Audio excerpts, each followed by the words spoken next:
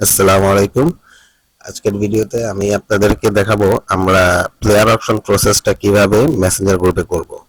তো আপনারা ভিডিওটা একটু মনোযোগ দিয়ে দেখবেন, তাহলে খুব সুন্দর করে বুঝে যাবেন যে আমাদের প্লেয়ার অপশন প্রসেসটা কিভাবে মেসেঞ্জার গ্রুপের মাধ্যমে হবে। তো আমরা সরাসরি মেসেঞ্জার গ্রুপে চলে যাই।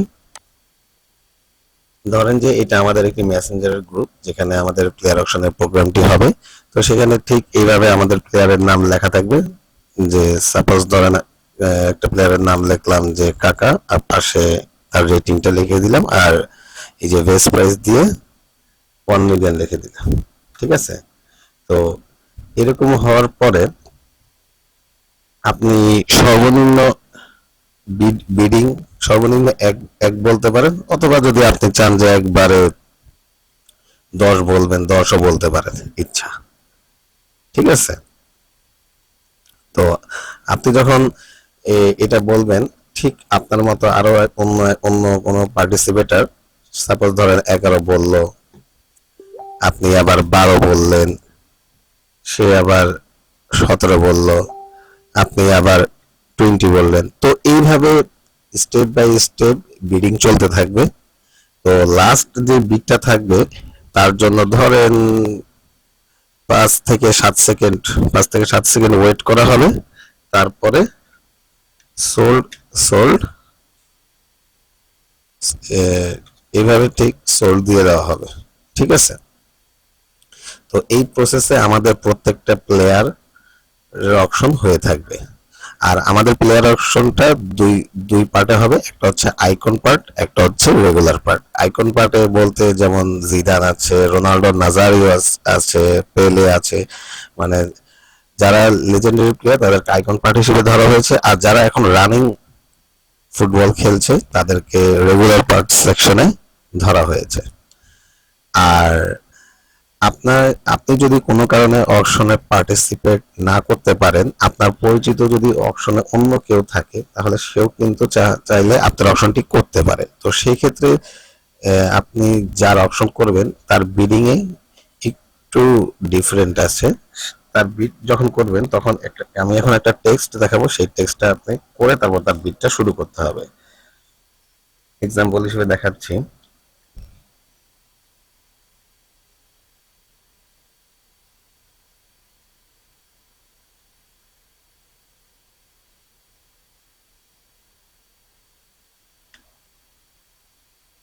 সাপোজ ধরেন আমি এখন যে প্লেয়ারটা বিডিং চলছে কাকা, ঠিক আছে, আমি এখন রহিমের জন্য বিট করব।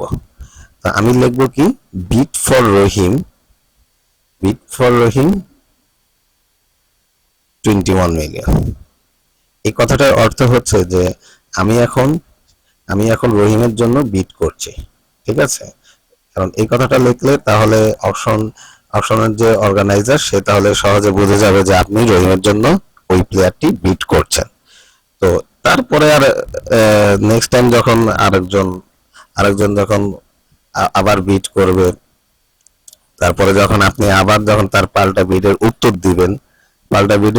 দিবেন, ধরেন সাপোজ 10। ঠিক আছে? আপনি যখন পাল্টা বিটের উত্তর এভাবে দিবেন, তখন আবার বিট ফর রহিম লেখা লাগবে না, কারণ এটা শুরুতে একবার লিখলেই বোঝা যাবে যে আপনি ওই প্লেয়ারের জন্য বিডিংটা করছেন। ঠিক আছে? তো এইভাবে হচ্ছে যে আপনি যদি অন্য কারো অপশনটা করেন, ঠিক এই প্রসেসে আপনার অপশনটি করতে হবে। বাট সবার প্রথমে যারটা করবেন, বিট ফর তার নাম প্লাস কত মিলিয়নে বিট করবেন সেই বিডিং অ্যামাউন্টটা টেক্সট করতে হবে। ঠিক আছে? আর যারটা আপনি অপশন করবেন সেটা অবশ্যই অপশন শুরুর আগে অপশন অর্গানাইজারকে ইনবক্সে একটু টেক্সট করে দিবেন। আর প্লেয়ার অপশনের ফুল প্লেয়ার লিস্ট আমাদের মেসেঞ্জার গ্রুপে দেওয়া আছে, আপনারা একটু কষ্ট করে একটু দেখে নেবেন, যাতে আপনাদের অপশন শুরু হওয়ার আগে কোনো প্রবলেম না হয়। আর প্লেয়ার লিস্ট দেখে আপনারা একটু রেডি থাকবেন, যাতে অপশনটা আমরা দ্রুত শেষ করতে পারি। আপনি যদি কোনো প্লেয়ার বিট করতে না চান, তাহলে পি লিখতে পারেন, অথবা পাস লিখতে পারেন। ঠিক আছে? আর কোনো প্লেয়ারের যদি আপনি পাস লিখে ফেলেন, তাহলে কিন্তু আপনি ওই রানিং প্লেয়ারে আর বিট করতে পারবেন না। সো পি অর পাস আপনি যখন টেক্সট করবেন, যখন কোনো রানিং প্লেয়ারের বিট চলা অবস্থায়, তখন বুঝে শুনে এই কথাটি লিখবেন, ঠিক আছে? কারণ আপনি পি অর পাস লেখা মানেই হচ্ছে যে আপনি ওই প্লেয়ারকে আর বিট করবেন না, রানিং যে প্লেয়ারের বিডিংটা চলছে, ঠিক আছে?